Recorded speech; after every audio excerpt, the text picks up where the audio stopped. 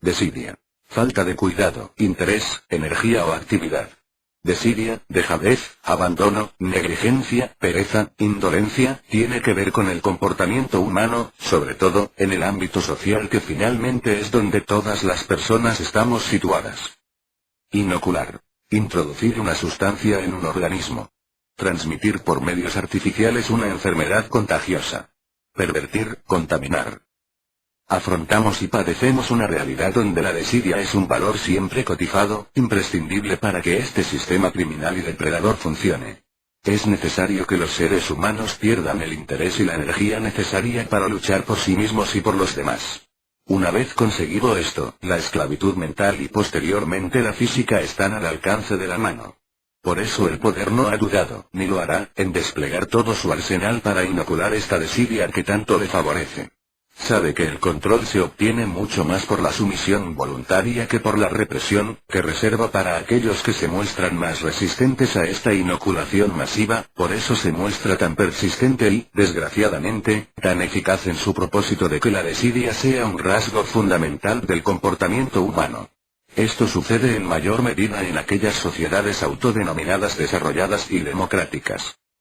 La desidia se fomenta de varias formas, desconectando a las personas entre sí. Es decir, se potencia la creencia de que cada uno debe preocuparse por sí mismo y que nadie va a ayudarle en un mundo donde lo importante es lo alto que puedas llegar y no cómo lo hagas.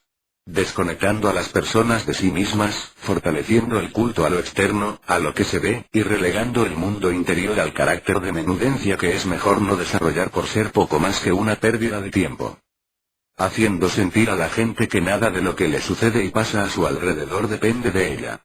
Afianzando la creencia de que deben ser los elegidos por el sistema, los encargados de dirigir nuestras vidas y el papel de la gente queda reducido a la aceptación. Así se establece el delegacionismo como método básico de funcionamiento social y como método de absoluto control social. Acelerando el ritmo de vida y encumbrando la medida del tiempo, el tiempo es oro, o al menos eso se nos hace creer, la coronación del dinero como valor absoluto y de la sociedad del trabajo como único medio para acceder a él, nos convierte en máquinas dedicadas en exclusividad a la consecución de los objetivos que la sociedad nos marca. Estas condiciones que nos imponen para sobrevivir obligan a centralizar la vida en la cuestión laboral, impidiendo cualquier consideración de importancia que no tenga que ver con esto.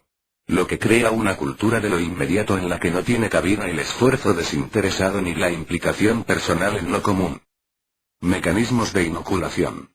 Es sabido que el poder tiene infinitud de maneras de ejercer su dominación sobre las personas y en la cuestión de la que estamos hablando, utiliza varios de los mecanismos más potentes a su alcance. Sistema educativo. Durante décadas, millones de personas hemos pasado por este filtro encargado de modelarnos y adecuarnos a las necesidades de cada momento histórico. La misma introducción de este sistema responde a la necesidad de producir en serie combustible humano para alimentar el engranaje de la recién llegada sociedad industrial. Desde ese mismo instante se vislumbró el potencial de la educación estatal y de la imperante necesidad de universalizarla. Esta necesidad se ha visto colmada, independientemente del tipo de régimen político instaurado y de la supuesta orientación ideológica del mismo. En todos estos lugares el sistema escolar tiene un objetivo primordial más o menos oculto: transmitir y asegurar la asimilación de una necesidad de ser enseñados. De esta forma se consigue que las personas nos desentendamos de la responsabilidad de nuestro propio desarrollo. La escuela nos instruye para ocupar el lugar que el poder nos tiene reservado dentro de nuestro sistema social y para saber aceptar que esa posición no depende de cada uno de nosotros, sino que está en función de una serie de parámetros, económicos, étnicos, origen social, que el propio poder se encarga de medir y catalogar. Esto nos lleva a desapego por el otro, puesto que necesitamos concentrarnos en lo que se espera de nosotros y, por tanto, todo lo que no tenga que ver con eso no importa y no merece esfuerzo alguno. Medios de comunicación. Los medios de desinformación masiva se dedican incesantemente al bombardeo continuado de noticias y situaciones a cada cual más horrible y desgraciada. La estrategia es clara y simple: insensibilización por desgaste.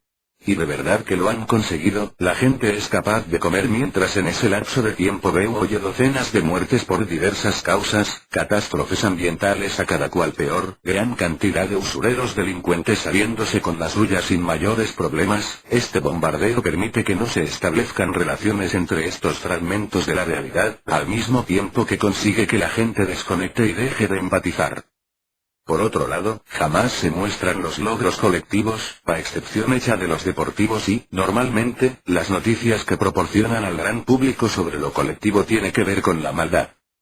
Partidos políticos y sindicatos. Después de mucho tiempo estas organizaciones han conseguido desarticular todo lo común y relegar el papel de la gente al de mero espectador de lo que acontece. En diferentes etapas han conseguido desarticular todo lo que huela a común y organización popular, han logrado desmovilizar y desmotivar a la gente al someterlos a un continuo desgaste por las migajas del sistema y, finalmente, han conseguido desarticular todo intento de participación política a través de sus monumentales aparatos burocráticos y de su descarada inserción en los mecanismos de control del sistema capitalista. Mercado laboral. En esta sociedad del trabajo en la que vivimos, el capitalismo maneja uno de los mejores métodos de control que tiene el efecto secundario de la inoculación de la desidia. Lo que ellos llaman el paro estructural o la masa de gente sin trabajo. La presión ejercida sobre las personas sin trabajo asalariado y su condena de vivir en el lado de los excluidos socialmente facilita la desconexión social y el encumbramiento del todo vale, porque, en esta sociedad o trabajas o estás muerto. Así se deja de tener interés en el otro para centrarnos en nosotros mismos y en cómo mejorar nuestra situación personal, aunque, para ello, haya que pasar por encima de otra persona. Religión. No podemos olvidar el papel que juegan las grandes religiones en las sociedades actuales, por mucho que quieran definirse como laicas.